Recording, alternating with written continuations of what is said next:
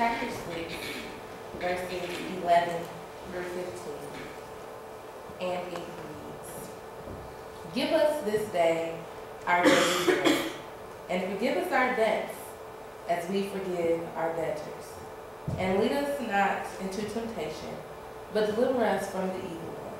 For yours is the kingdom, and the power, and the glory, forever. Amen. For if you forgive men their trespasses, your heavenly Father will also forgive you. But if you do not forgive men their trespasses, neither will your Father forgive your trespasses." This has been the reading of God's Word. Before I continue on, she is my mother. We are in church. Don't let her tell you she's my sister.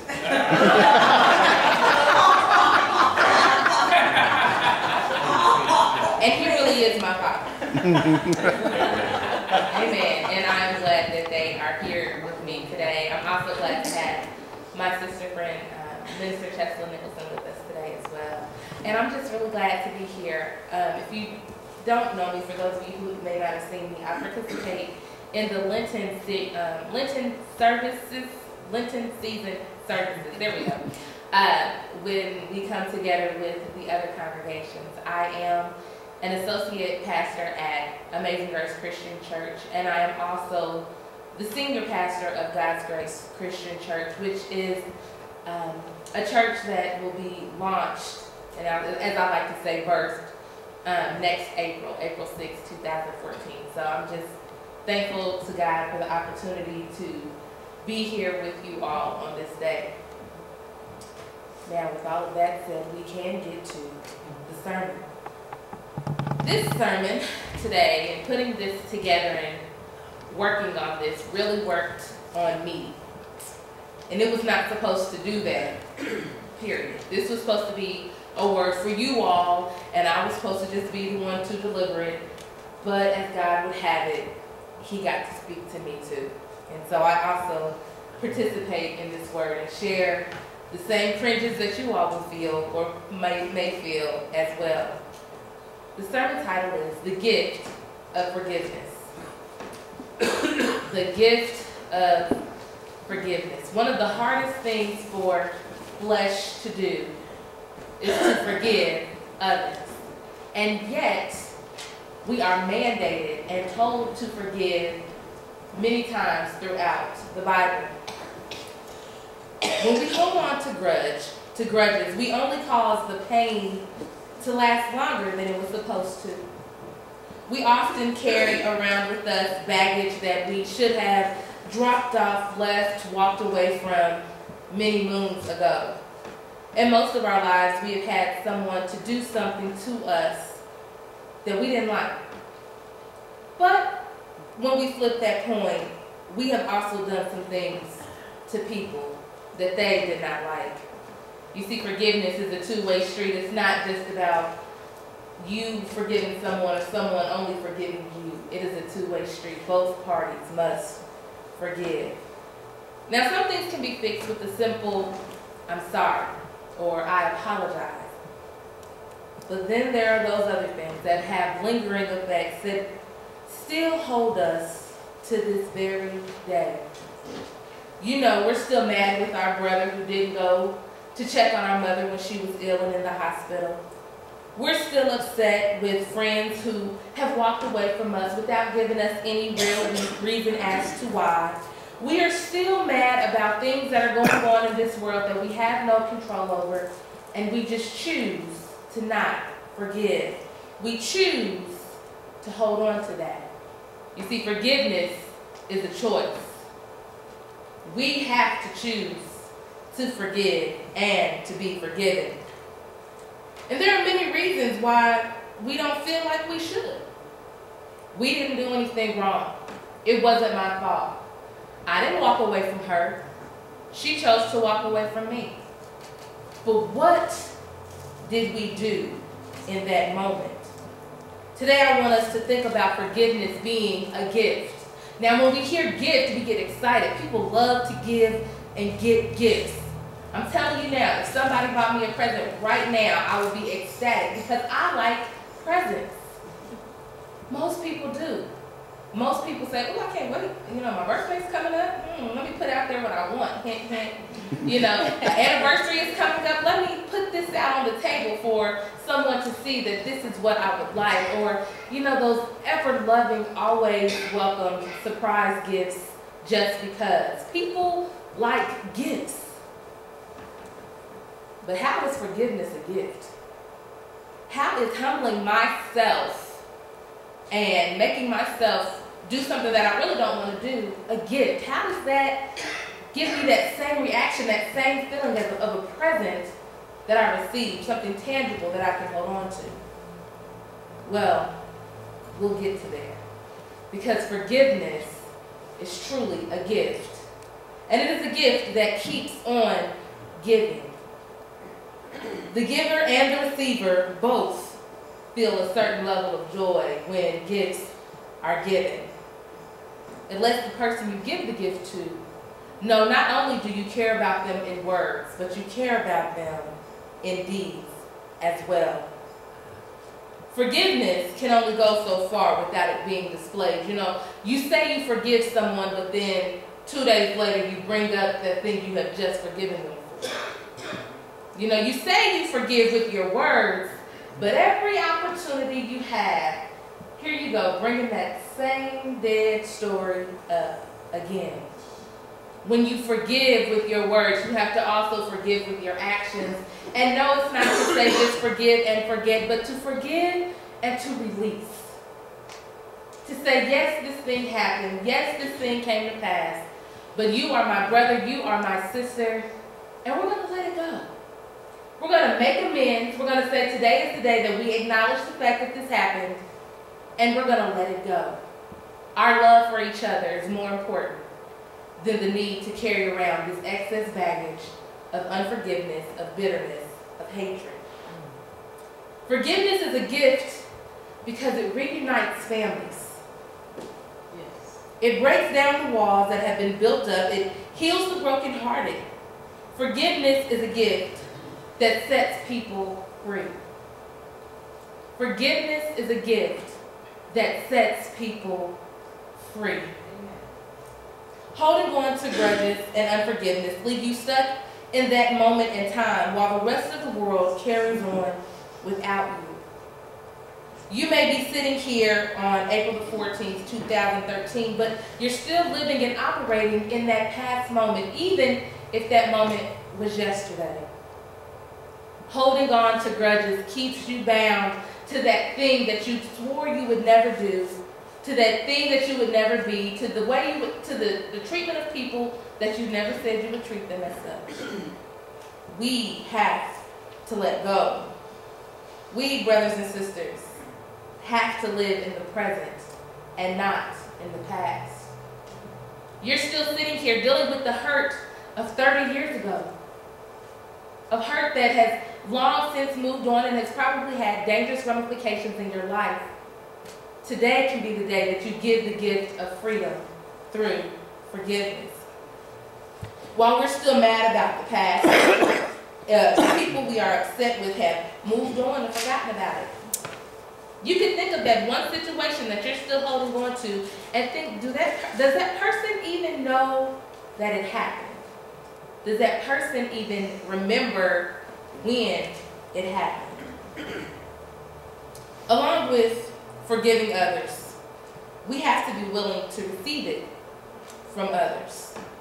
Nothing you do, nothing you have done is so bad that you cannot or should not be forgiven.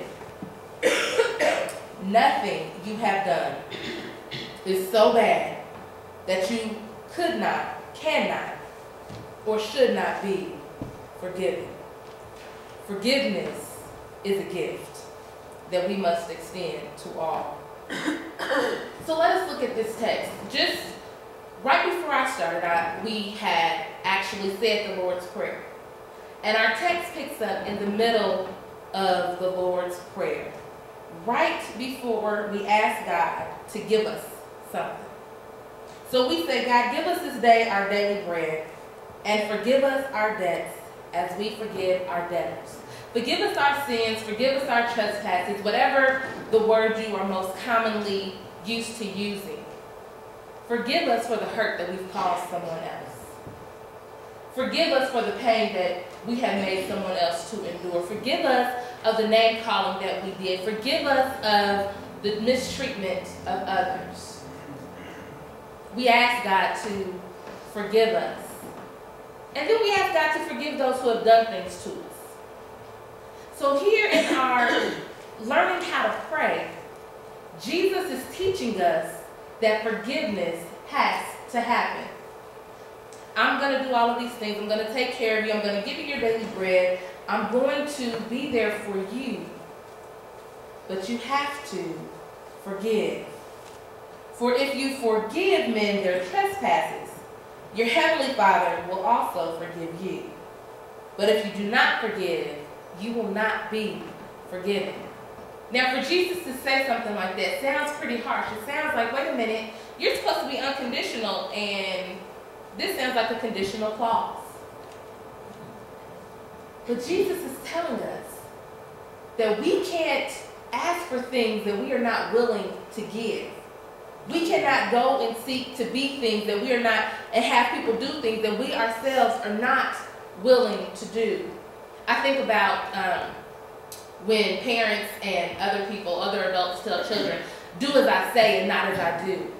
When I follow your example, I will do what I see before I do what I hear. And so if Jesus is teaching us, he's preparing us because people in our lives are going to do things to us and we are still going to have to love them. Unforgiveness blocks love. When we don't forgive others, we build up a wall. Love cannot get in and love cannot go out. We have to forgive. We must take the time to examine ourselves and examine others and remember and ask ourselves, Jesus, okay, how do I do this?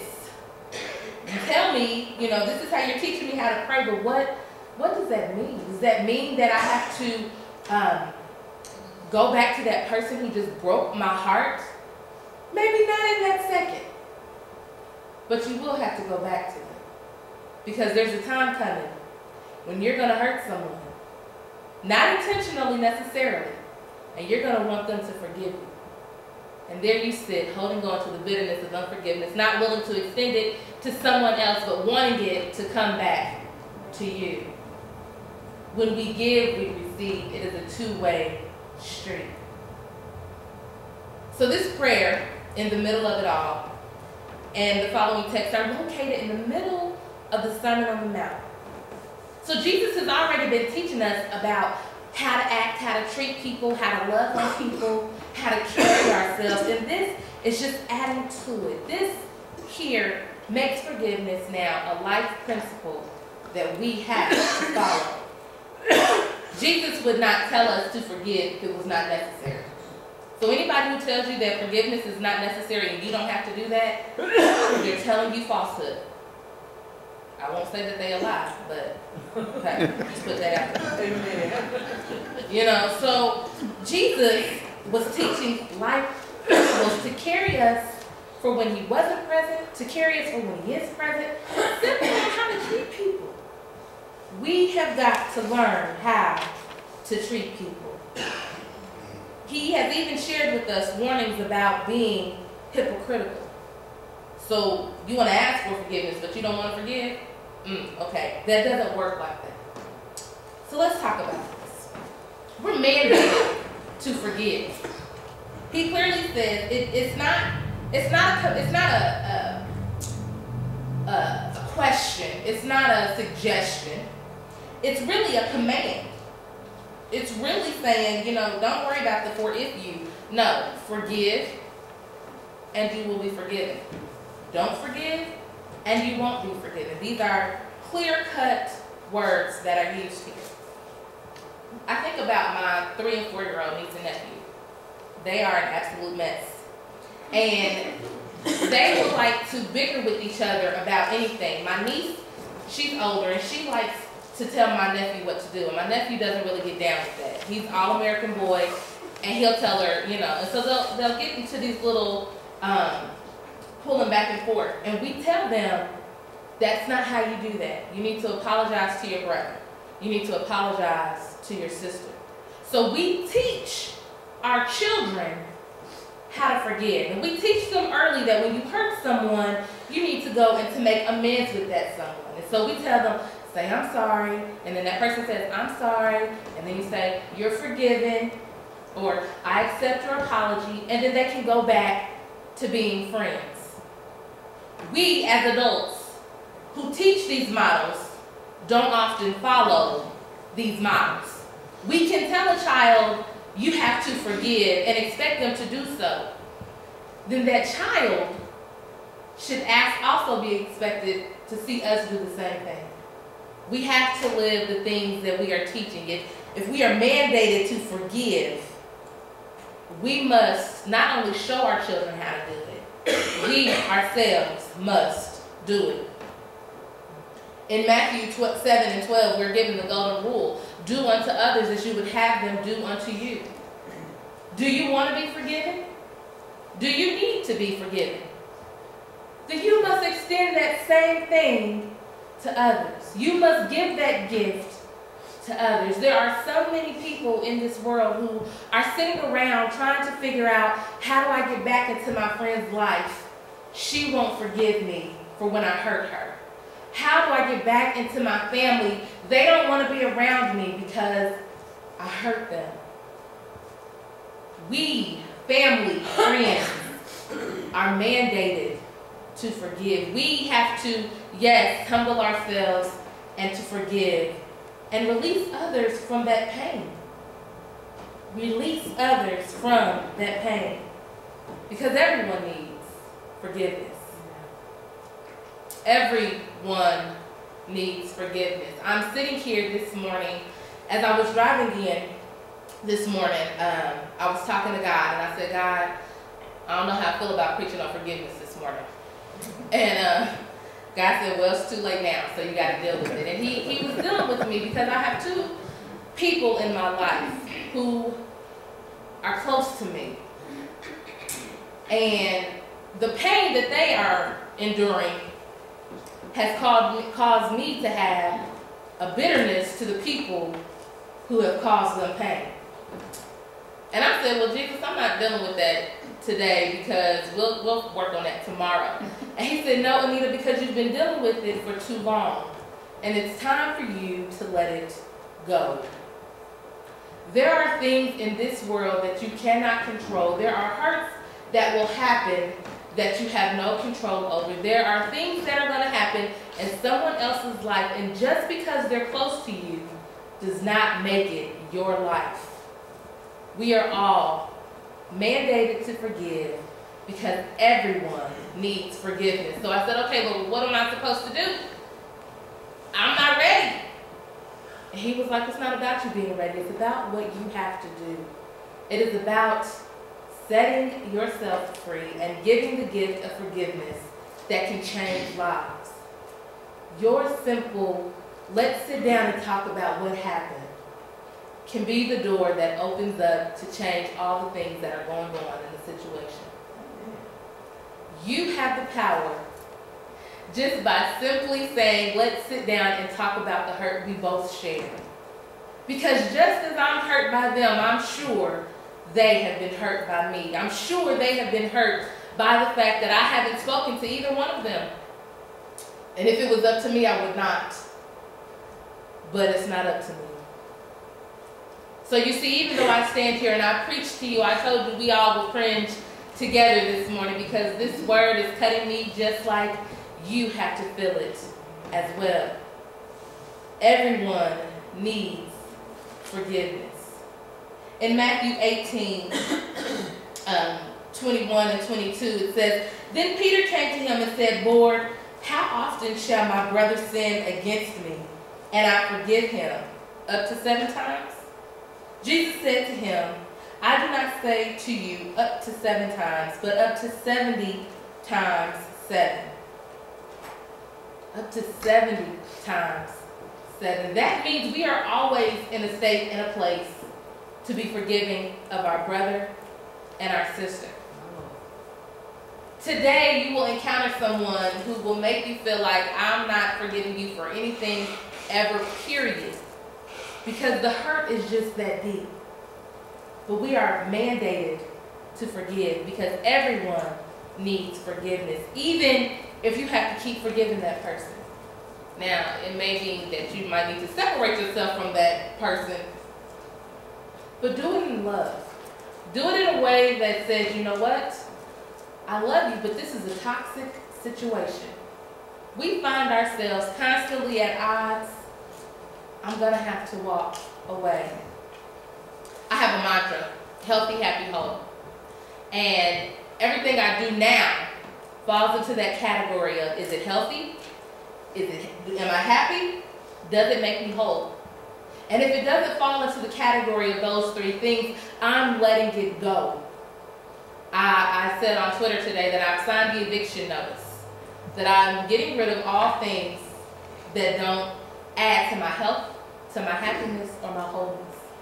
Because we have to be a whole person in order to be able to do the work that God has called us to do. Half people only do half the job, and that's not good enough. I've been thinking about forgiveness 70 times 7. I have another family member, I told y'all this is working on me today, who she and I, about 6 years ago, went to a retreat. And up until that point, we were not good people to each other. She said mean things to me, I had said mean things to her, and yet she still invited me to this retreat. And I said, okay, Lord.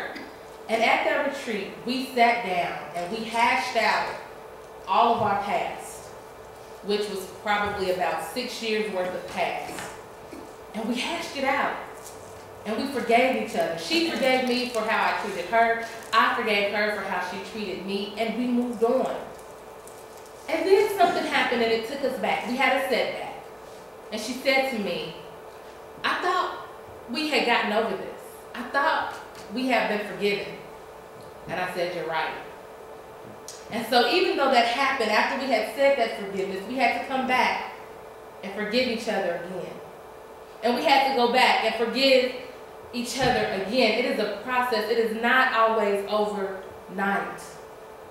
But the key is to be open and willing to forgive in the moment. Because even though it hurts, everyone needs to be forgiven.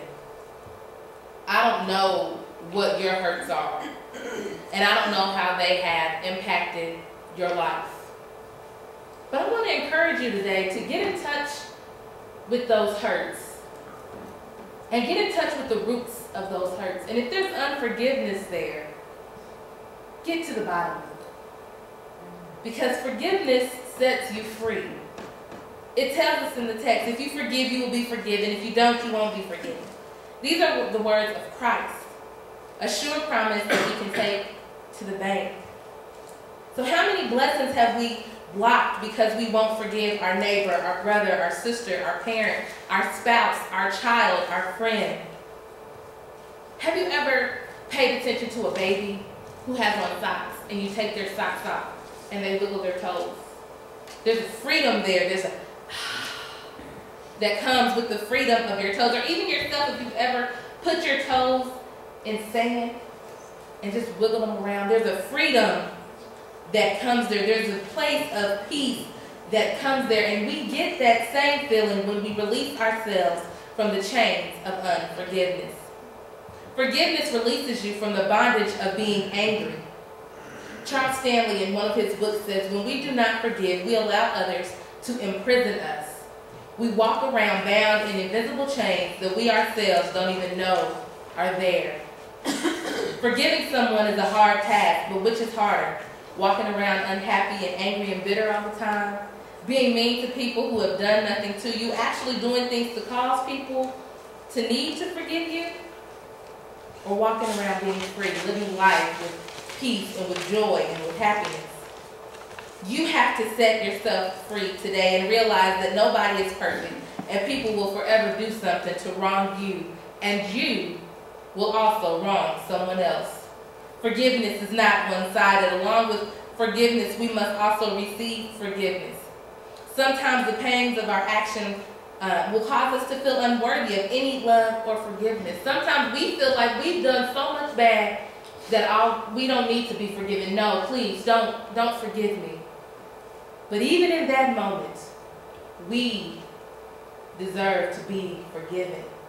So if someone comes to you and asks you for that forgiveness, asks you, you know what, I want to make amends on this situation, receive their gift of forgiveness. But as I come to tell you today that you must receive the forgiveness just as you give it. As I stated earlier, forgiveness is a gift that reunites families and friends. Maybe you need to forgive yourself. So what? You're not where you wanted to be. You're not doing what you thought you would be doing right now. You feel as though you have wronged yourself.